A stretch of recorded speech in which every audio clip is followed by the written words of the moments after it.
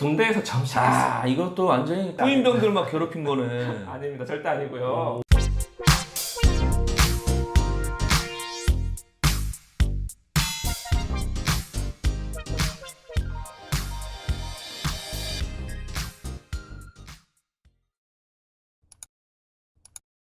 세상의 모든 직업을 소개하는 그날까지. 안녕하세요, 헤드헌터 윤지영입니다. 오늘은 최면심리상담사 석정호님을 모셨습니다. 본인 소개하고 하시는 일에 대해서 자세히 설명 좀 부탁드릴게요. 최면을 전문으로 하는 심리상담가다라고 할 수 있고요. 올해로 한 19년 차 책도 한 권 쓰게 됐고요. 그래서 책도 나 헤드헌터로서 해볼 수 있는 건 다 해봤거든요. 책은 안 써봤네.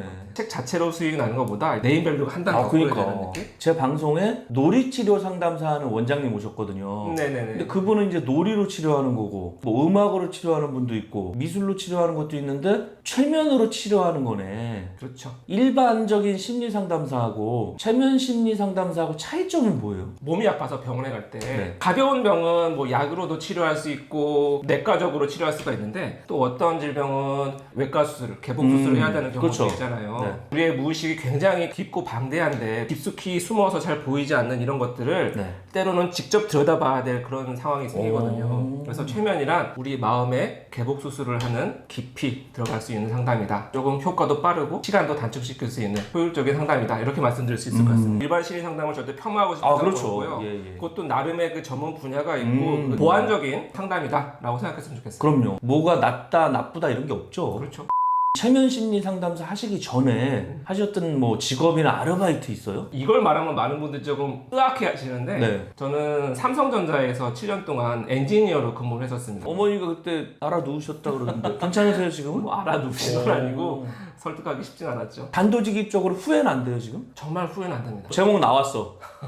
삼성전자를 때려친 최면 심리 상담사 편. 됐어. 다른 아르바이트나 직업은 없으셨겠네요 그러면? 벤처에 뭐 다녀본 적이 있고 과외 같은 거 이 정도? 삼성전자면은 사업부가 많은데 어떤 쪽이셨어요? 무선사업부라고 무선 사업부면 또 잘 나가지. 스마트폰을 새로 개발하는 소프트웨어 쪽에 있었죠. 야, 무선 사업부하고 메모리 사업부 두 개가 먹여 살리는데. 그렇죠. PS 꽉꽉 채워서 그러니까 PSTI 참 많이 받으셨는데 후회가 없다니까 믿을게요. 네. PS 시절은 조금 아쉬워요. 마음의 고향으로 생각하는 회사입니다. 저는 삼성 싫어하거든요. 그런 분들 많으시죠. 저는 뭐 워낙 애플 매니아이기 때문에 저도 애플 씁니다. 아이폰 쓰시는데 어떤지 알겠습니다 제가. 삼성전자를 다니다가 최면 심리 상담사가 된 계기가 너무 궁금해요. 내 인생의 진로에 대해서 굉장히 심각하게 좀 고민을 해본 적이 있었어요. 사실 엔지니어로서의 수명이 길지가 않거든요. 40이 넘어가면 관리자로 갈지 엔지니어로 살지 결정해야 되는데 내가 앞으로 살면 한 80은 넘어 살 텐데 그때까지 내가 과연 엔지니어를 계속 할 수 있을까? 아니면 관리직으로 경영이나 이런 거 할 수 있을까?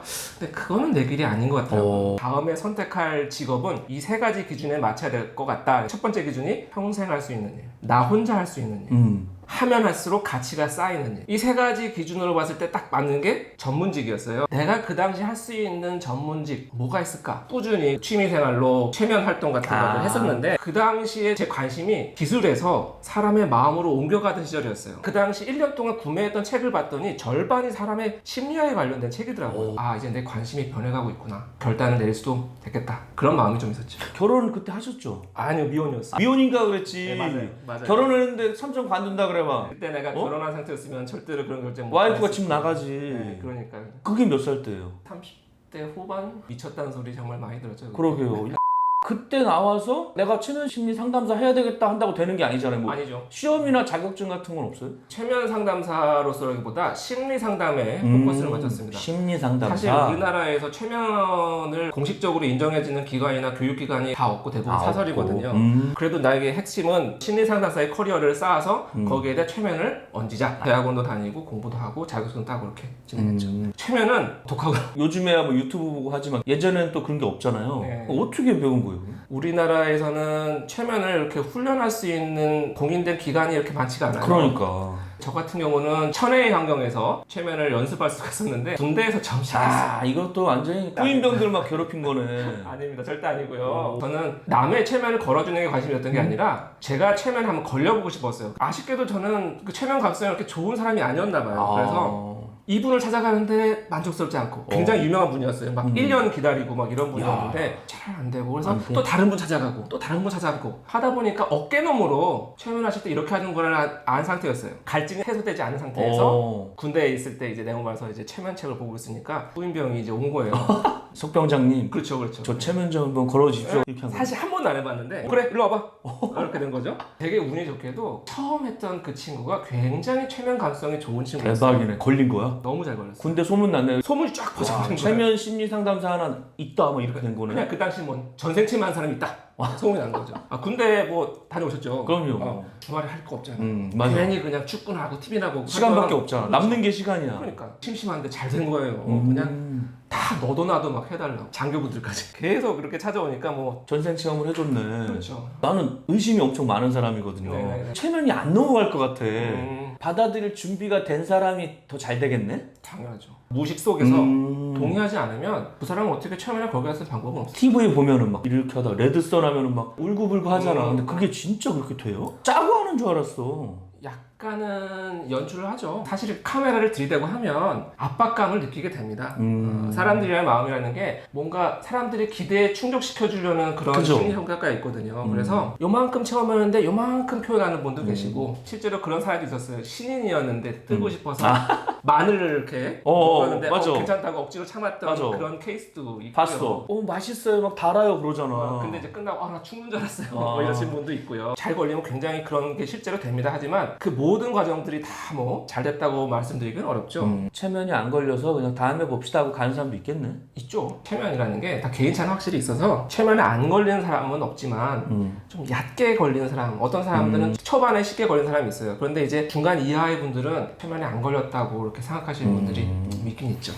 최면 심리 상담사 하고 싶어. 그럼 어떻게 하면 돼요? 최면도 분야가 굉장히 다양해요. 네. 근데 이제 저 같은 경우는 이제 심리 상담사로서 최면보다는 심리 상담에 좀 방점을 두고 그것을 바탕으로 이제 최면이나 특기를 살렸으면 좋겠다는 관점에서 말씀을 드리면 네. 일단 심리 상담사가 되셨으면 좋겠어요. 심리 상담사가 되기 위해서는 요즘 아무 전공이든 상담 대학원이 많이 지금 준비되어 있습니다. 그래서 인터넷 대학원. 저도 인터넷 대학원으로 시작을 했고요. 그랬구나. 거기서 이제 석사 과정을 밟으시는 경우들이 코스고요. 네네. 석사를 배우시면서 여러 가지 상담 자격증이 있습니다. 저 같은 경우는 한국상담심리학회에서 제공하는 그래도 우리나라에서 가장 권위 있다고 생각하는 학회고요. 거기서 자격증을 취득하는 수련 과정이 있습니다. 상담사 수련 과정이. 그런 과정을 통해서 기본적인 자격증을 취득을 하신 상태에서 그리고 인간의 마음에 대한 기본적인 이해를 가지고 있는 상태에서 거기서 한 발 더 나아가 좀 최면했으면 좋겠는데 우리나라는 최면을 교육하는 뭐 공인기관은 없지만 그래도 사설기관은 많이 있습니다. 그런 기관들 선택할 때 꼭 중요시해야 될 점은 뭐 이론만 가르치고 자격증만 주고 하는 데보다는 아이고. 뭔가 이렇게 정말 실습을 할 수 그렇지. 있는 체계가 잘 돼 있나.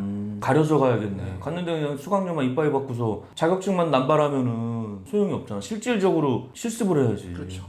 우리나라에 있는 자격증이 다 사설이네. 최면은 기본적으로는 그렇죠. 학회 자격증 뭐 이렇게 학회 하지만 자격증. 어쨌든 뭐 사설이죠. 그러니까 뭐 저기 뭐 워드 자격증처럼 공인된 건 없고 의대를 나왔거나 뭐 네. 심리학과를 나왔다고 해서 그걸 인정해 주지도 않고요. 미국이나 이런 외국 같은 경우는 어때요? 있습니다. 저는 그 자격증에 큰 의미를 주진 않아요. 체면만 잘 걸면 되지 뭐. 네. 그럼에도 불구하고 많은 분들이 이제 미국 자격증을 많이 취득하시죠. 그런데 있어 보이잖아. 아 그러니까 물론 좋은 자격증도 있고 그냥 국내에서 그냥 이렇게 돈만 좀 수수료만 내면 그냥 발급해주는 쉽게 받을 수 있는 자격증들이 있습니다. 그래서 격장식 용으로 이렇게 걸으시는 위해서 따시는 분들이 좀 있긴 있어요. 그러네. 일반인들이 이게 정말 좋은 자격증인지 안 좋은 자격증인지 판단하기 쉽지는 않을 거예요. 실제 경험을 했냐가 중요한 것 같아. 저 같은 경우도 헤드헌터 18년 차인데 이직을 많이 시켰냐. 이게 중요한 거지 뭐 18년 동안 한 건도 못했으면 필요 없는 거 아니야. 석정호님 책도 쓰셨다 그랬잖아요. 어떤 책인지 소개 좀 해주세요. 무의식은 답을 알고 있다. 잘못 알고 계신 분들이 무식은 답을 알고 있다. 이렇게 무의식입니다. 네. 무의식은 답을 알고 있다고요. 대박이 난 책은 아닌데 그래도 이 분야에서 책 좀 보신다는 분들 그리고 이런 관심 있으신 분들이 아직도 꾸준히 책을 사시는 그리고 지금 책 보고 연락하시는 분들이 굉장히 많으세요. 그렇구나. 도움이 많이 되겠다. 큰 도움이 되죠. 심리 상담 주로 어떤 분들이 오세요? 제일 많이 오시는 분들은 이제 우울, 불안. 우울. 우울, 불안 이게 제일 큽니다. 그 불안도 이제 보면 대인관계, 뭐 발표, 뭐 아니면 뭐 연인과의 관계 이런 것들, 이런 마음의 불안 많이 있고요. 책을 내면서 미래체면이라는 거를 이제 화두로 내세웠거든요. 미래체면. 그러다 보니까 진로, 인생의 향로에 대해서 답답하시고 답을 알기 어려워하시는 분들이 또 저를 많이 찾아오시고 학부모님들이 이제 중고생 학생들을 이렇게 데리고 오는 경우도 많고요. 미래체면이라니까 더 있어 보이네? 제 친구 중에 하나가 세종 BMS라는 회사 대표 있거든요. 사업하다 보면 막 결정해야 되니까 그렇죠. 무속인들한테 많이 가요. 나도 한번 쫓아가 봤거든? 석정우님 같은 경우는 미래체험이라는 걸로 하는 거네? 그렇죠. 근데 어떻게 그걸 봐요, 미래체험을? 점쟁이도 아니고?